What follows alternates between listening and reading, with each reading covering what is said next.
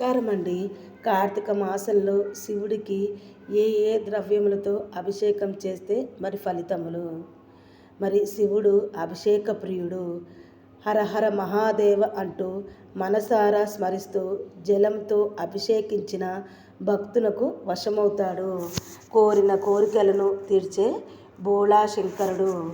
శ్మశానమే తన నిలయమంటూ నాగులే తనకు అలంకారమని చెప్పే జంగమయ్యను మనస్ఫూర్తిగా కొలిస్తే అద్భుత ఫలితాలు ఇచ్చే భక్తవ శంకరుడు.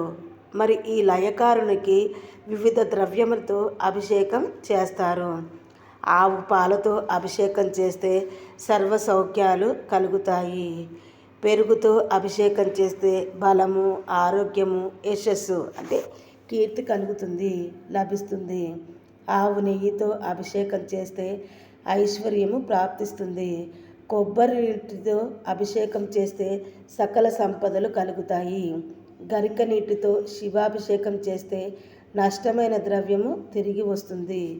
చెరుకు రసముతో అభిషేకం చేస్తే ధనము అభివృద్ధి కలుగుతుంది. బంగారపు నీటితో అభిషేకం చేయడం వలన ఘోర దరిద్రం నుండి విముక్తి లభిస్తుంది. చక్కెరతో అభిషేకం చేస్తే దుఃఖము నుంచి విముక్తి కలుగుతుంది. మారేడు బిల్వంతో కూడిన జలము చేత అభిషేకం చేస్తే భోగభాగ్యాలు కలుగుతాయి. తేనెతో అభిషేకం చేస్తే తేజోవృద్ధి కలుగుతుంది. పూల చేత అభిషేకం చేస్తే భూలాభం కలుగుతుంది. రుద్రాక్ష జలాభిషేకము వలన సకల ఐశ్వర్యము ప్రాప్తిస్తుంది. అదేవిధంగా భస్మముతో అభిషేకం చేస్తే మహాపాపాలు నశిస్తాయి. గంధోదకము చేత అభిషేకిస్తే మంచి సంతానము ప్రాప్తి కలుగుతుంది. నువ్వుల నూనెతో అభిషేకిస్తే అపమృత్యు దోషం అనేది తొలగిపోతుంది. నీటితో అభిషేకం చేస్తే పోగొట్టుకున్నవన్నీ కూడా తిరిగి లభిస్తాయి.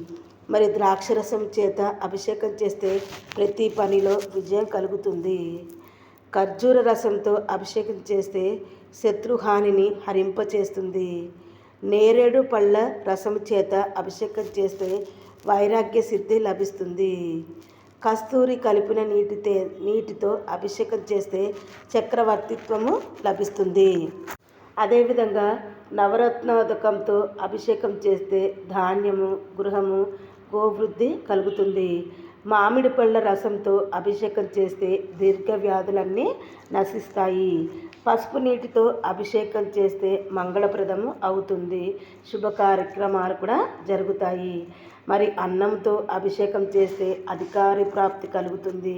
మోక్షము మరియు దీర్ఘాయువు కూడా లభిస్తుంది. ఇలా రకరకాల ద్రవ్యములతో ఈ కార్తీక మాసంలో అభిషేకం చేస్తే మనకి మంచి ఫలితాలు లభిస్తాయి.